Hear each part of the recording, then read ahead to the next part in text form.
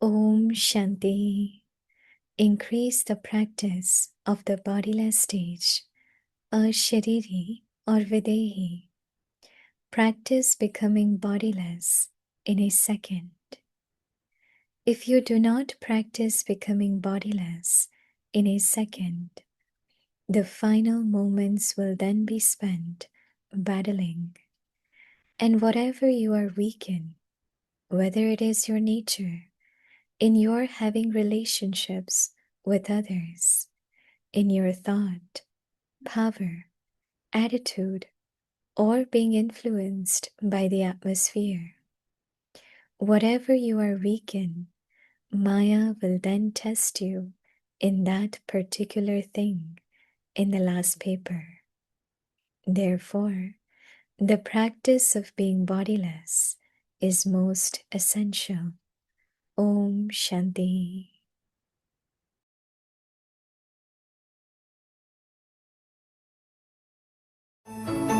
Spiritual lights, soul conscious camera.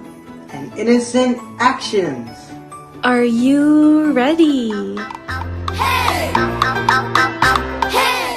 close your eyes and imagine a world full of magic. Magic of God's love, where every Avyakti child opens their heart.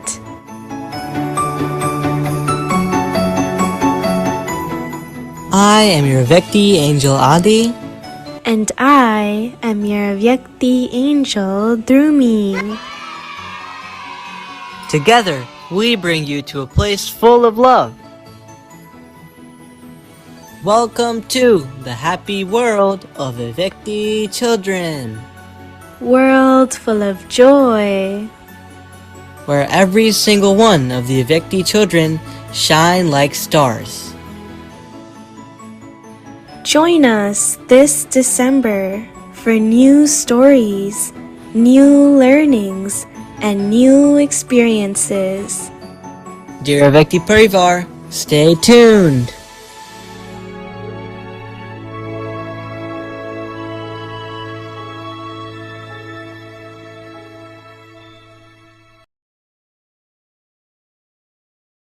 Om Shanti. Welcome to our Vikti Parivar. So, you saw just now little promo of our new series coming up in month of December. As you all know, every year we had been doing this happy world of our Vikti children, a world of joy. So this time we are bringing something very special with our Avyakti angel Drumi and Avyakti angel Adi. So it will be exciting, something surprise for everyone. So wanted to just let you all know from December 1st, we will be starting our new series with the happy world of Avyakti children. After Didi's sharing every day. So now let's start our series. So today is day 29. Increase the practice of the bodiless stage. Ashariri and Videhi. Today's topic, practice becoming bodiless in a second. Now we will listen to Mohini Didi.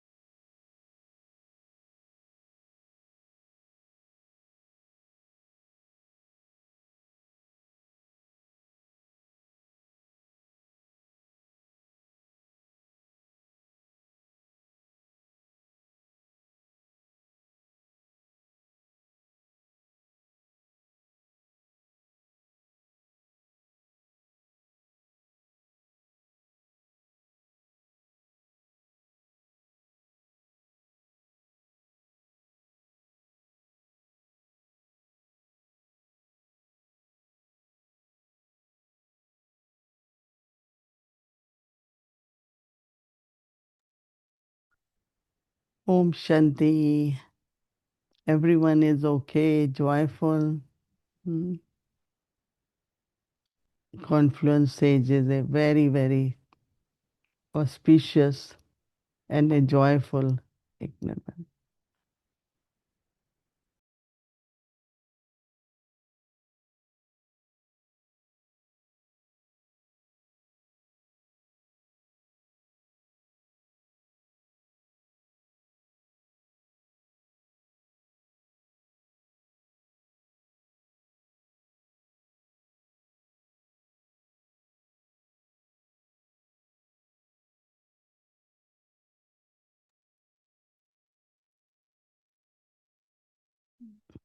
When Baba comes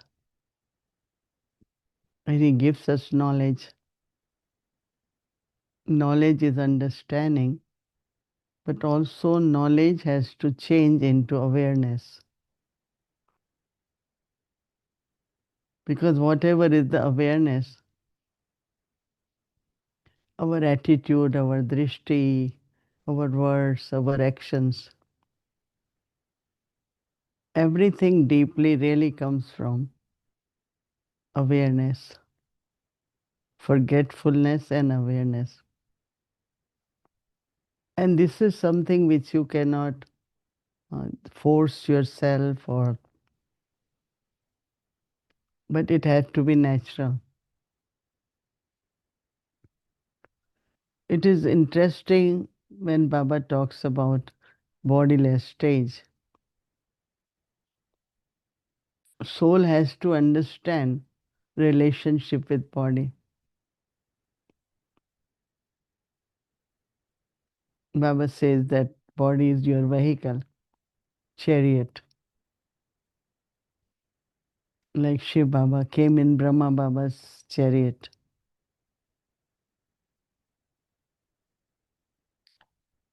It could also be seen as a costume. I got to play my part. Because image is very important to Ram. And Baba says you will glorify Baba through your face. It's not only soul, right? How will you glorify Baba without being in the body? So we cannot ignore body.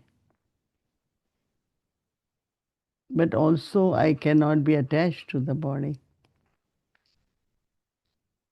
And to be detached also takes 1 second. Just the awareness. I am a soul.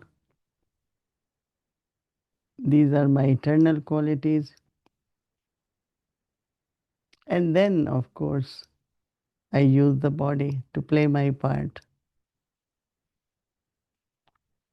So different relationships with the body. But you cannot say, I have nothing to do with body. So bodiless is not ignoring body.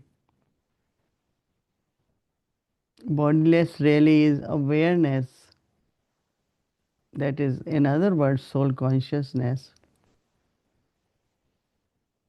So that our thoughts, our qualities, everything emerges from awareness of being. I am a soul. I am a peaceful soul, a loveful soul. So the practice all day is really reminding yourself. No, some days sit for an hour and say, I was bodiless. That's all right to experience just being soul consciousness consistently. But this is more in practical life. Brahma Baba was in activity with children and yagya for 18 hours of the day. Baba will wake up in the morning, have very deep churning, chat with Baba, and in remembrance. Sometimes he will come out of room. I remember even 3:30 in the morning, and Baba will walk in that courtyard, and we all used to just very slowly walk, because sometimes sitting long also doesn't work, right? Baba kept his body very healthy by combining the action and silence. So Baba is example for all of us that what is actually effort, what is that Videhi stage. We cannot use the methods and say, okay, for a few hours I will just sit and be Videhi. Using body with the right and appropriate spiritual awareness, because that's where we become karma yogi. Whether we serve through thoughts, words, or actions. And awareness, mm, forgetfulness, it takes a second, right? That is why Baba said it requires practice. No? Whenever there are critical moments, whether it is through atmosphere, through relationship, or with your own body, maintaining that awareness that I am a soul, that is bodiless stage, helps us to have that strength.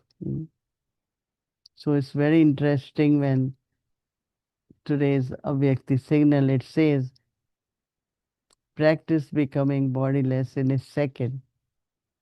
And it actually takes a second. One thought,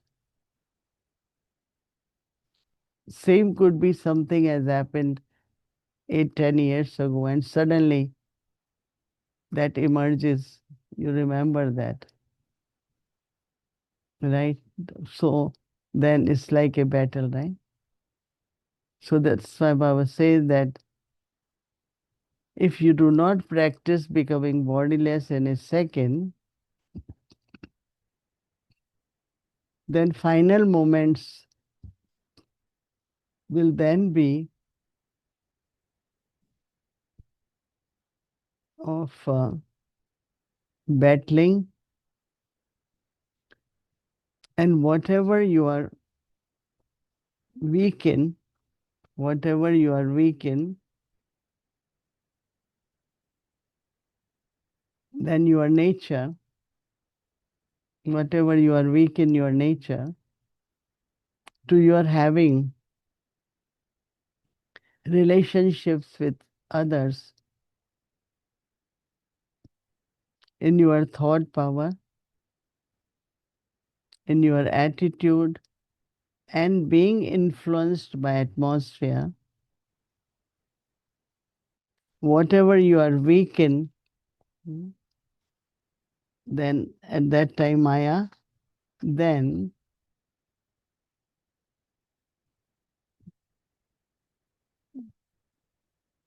because whatever our weaknesses, so whatever says test you in that particular, Maya will test you in that particular thing in the last paper. Therefore, practice of being bodiless is most essential. You know, it needs a lot of practice for creating right awareness all the time.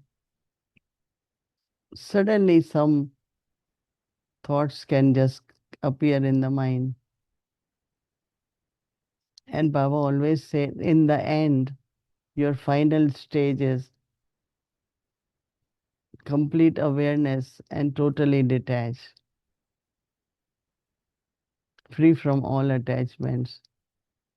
So, the benefit of being bodiless long term, as Baba is saying, practice.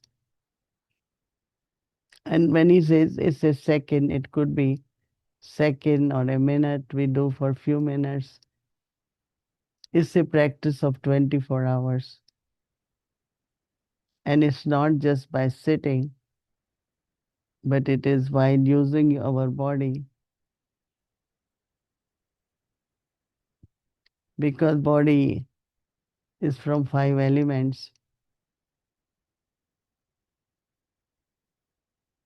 And 5 elements also have their own energy power, like air, water, fire, earth, gravity force. And we integrate between, whole drama is between soul and matter, right? So there is importance of matter.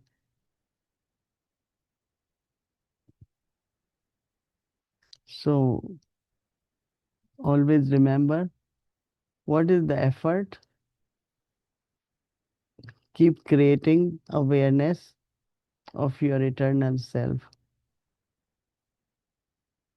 I think if we really sincerely, properly do it, we will find that we are more consistent, we are more stable, and very subtle conflicts, subtle karmic accounts will emerge, will not affect us. We have to pass with honor. There will be different scenes of drama, but like Brahma Baba, nothing new. It happened before, it's happening now, it will happen again. So when we are bodiless, we could go beyond everything, not struggle, right? Because sometimes situation can make your mind very weak, and then all kinds of doubts emerge, and uh, all kinds of thoughts can, in which you can lose your self-respect or forget your part. So that is why it's important that during day, whenever, even for a second or a minute, just create bodiless stage and still engage yourself in service in your regular activities. So this will become very natural. But practice is very, very important.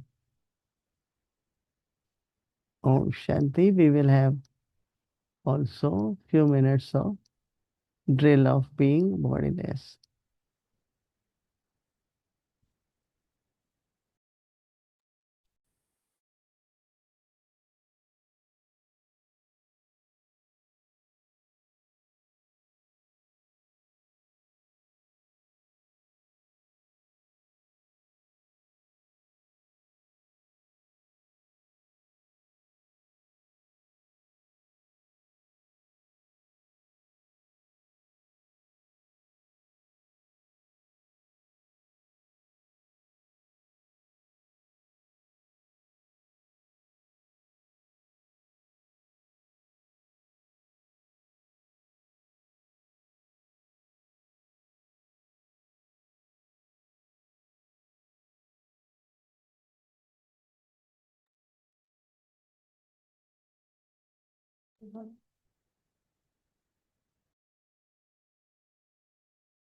Shanti.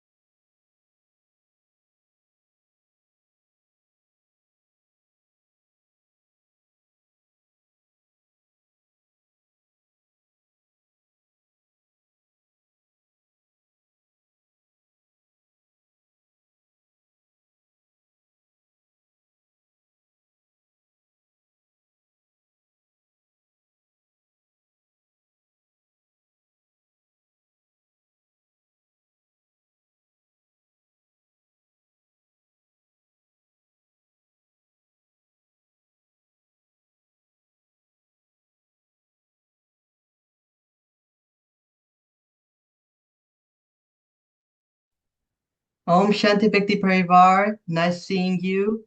And nice seeing Sister Mary here. Om Shanti, Sister Mary. Welcome. Shanti, my angel brother, very good to see you, be with you. I'm looking forward to the December series. Yeah, I am too. It's going to be wonderful. And we're going to have Vyakti children with us every day. I hope children of all ages. Yeah, from the tiniest of tiny to my age. So Oh, it's going to be a variety. It's going to be exciting. I I'm was thinking to excited. my age. Oh, yeah, I guess that counts too. Good. All right. So today's class was about the bodiless stage. And I found it interesting that Baba also talked about being dead silent in today's Murli. I was confused about the difference between being just bodiless and the stage of dead silence. How do we know what dead silence is if we haven't been dead before? If you know what I mean. Yeah, well, we have been dead before, but we don't remember it, right? Yeah. So I think in today's Murli, Baba was actually talking about the dead silence that happens if this soul leaves this body, there's dead silence. And he also said in today's Murli, remember that you're a living being, right? And so I think a living being means that we have silence inside, but dead silence means nothing is happening. So we use that term dead silence sometimes to mean there's no thought going on. I'm just lost in my own experience. And I would say, for me, that's what dead silence means, is that there's no interfering thoughts. I'm not looking around to see what somebody else is doing, but I'm totally lost in my experience. Have But you ever experienced it before? sure, for brief moments of time, I think we all have. And it's the beautiful practice that Bob has been focusing on this month is 2 to 4 seconds. Anybody can experience anything for 2 to 4 seconds. But I think the key is what Mohini Didi said today is that it has to be natural. So if I sit here and say, okay, dead silence for 2 seconds, go, it's not going to happen. It has to be natural. So, and the point of natural that she made was that natural means while I'm in this body performing action, when the soul and the body are united, and the soul is the master, and the soul has the ability to both um, direct the body to do things and also have its own avyakt experience at the same time. That's what makes it natural. Hmm. Have you ever, what was your first time experiencing the bodiless stage in 1 second? Well, I think really this month, because I never looked at the bodiless stage before as something to experience in 1 second. And so when we started the sadhana initiative, my sadhana until January 18th is to become incorporeal, egoless, and viceless. So I started with incorporeal. And when the Avyak signals came and Baba said, bodiless, so I got to do two things at the same time, the Avyak signal plus my sadhana. And like Mohini Didi said, it's just a thought. I am a peaceful soul, a thought with the experience of what I'm thinking about. And how about you? Children have same experiences adults have. Have you Yeah, experienced practicing this month? this month I tried to practice in, well, 1 second isn't like, it doesn't come quick. 1 second, I think that after a lot of practice, after a lot of time, I'll be able to experience 1 second, but it's really easy. But for now, what I'm doing is sitting in front of Baba. And instead of going into all of the thoughts, instead of all of that, I'm practicing just having one thought. Like it depends what day. Like I'm a peaceful soul, I'm a confident soul, whatever. And instead of just saying I'm bodiless, I connect that thought with the I'm bodiless. Yeah. That's Yeah. So the way I've been practicing it today is Baba said, have happy thoughts so that you have something to give people. And so I would tell myself in 1 second, have one happy thought. Have to be bodiless to have the happy thought. 1 second, oh, we're all going home. 1 second, the golden age is coming. 1 second, what drama? We have all of these experiences. And I like the first thing Mohini Didi said was that we have to take knowledge into awareness. And that's how we practice the bodiless stage. So just 1 point of knowledge, and then I am, this is. And that thought creates the experience, and that's the bodiless stage. Holding it for longer is a challenge. We'll see what our December Avyak signals are. Mm-hmm. Yeah. So on the topic of giving happy thoughts, of giving, if someone comes to you about a situation, if they're in pain or something like that, Baba always says to be detached. Always be detached. I'm with Baba and Baba only. How do you express sympathy and love while also staying detached and being an observer? You know, there's one thing that I've been noticing in Mohini Didi, and I saw it tonight, and that is that, and this is related to Baba saying Brahma Baba would be bodiless in action.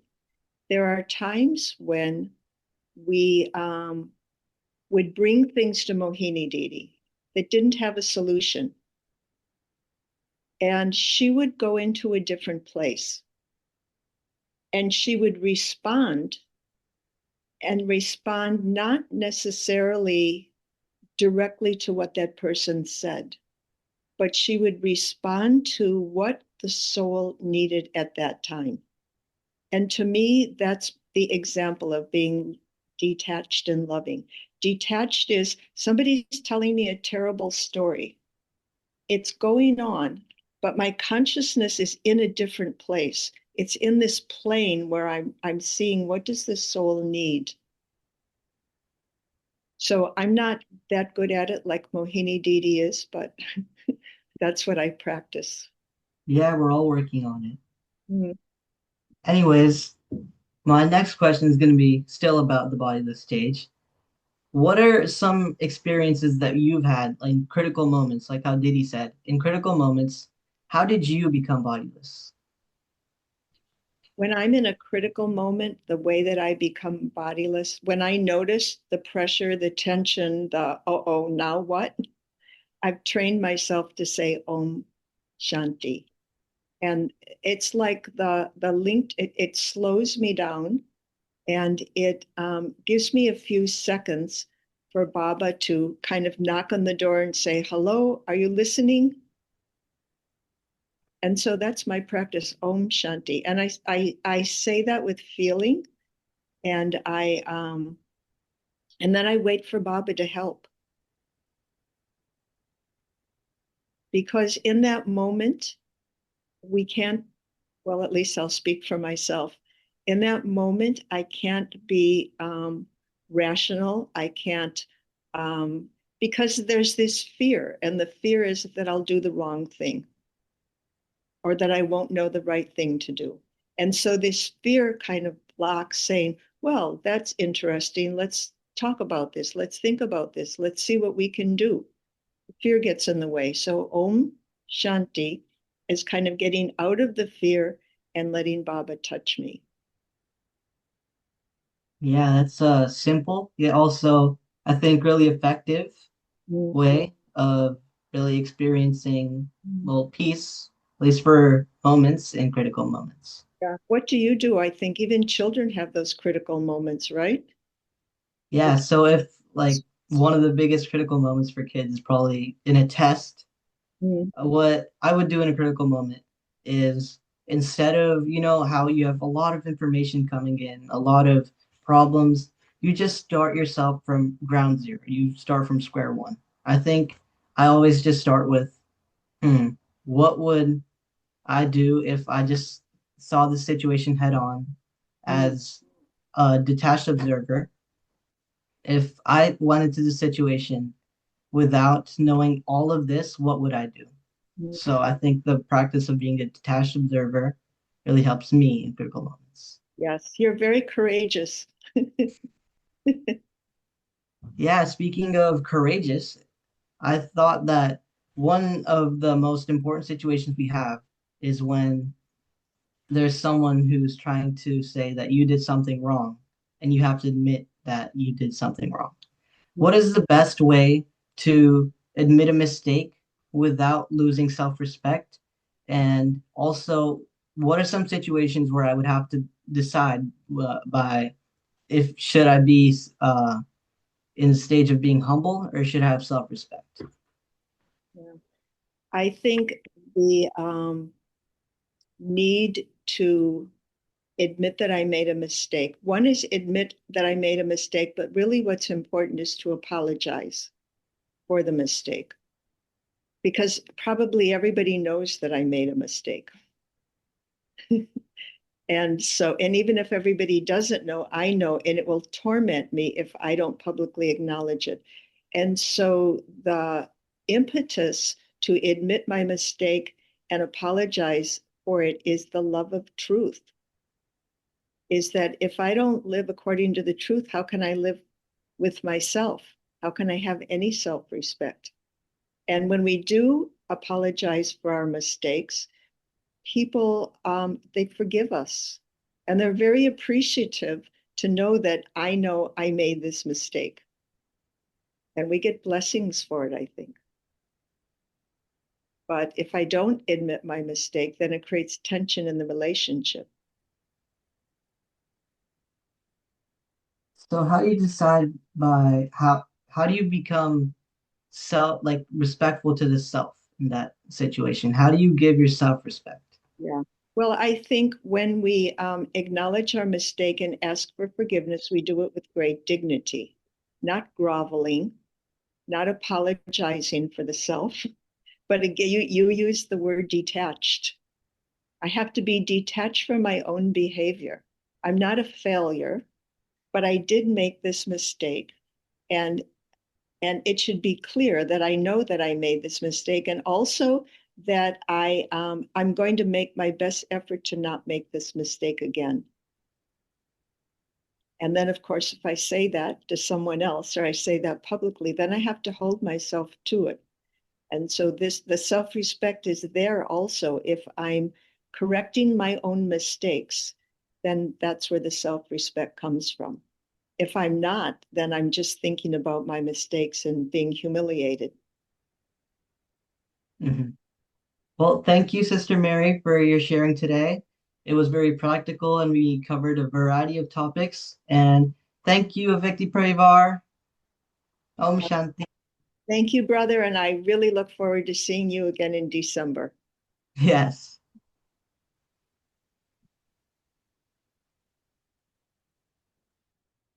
Om Shanti. Thank you so much to everyone. And once again, our schedule for tomorrow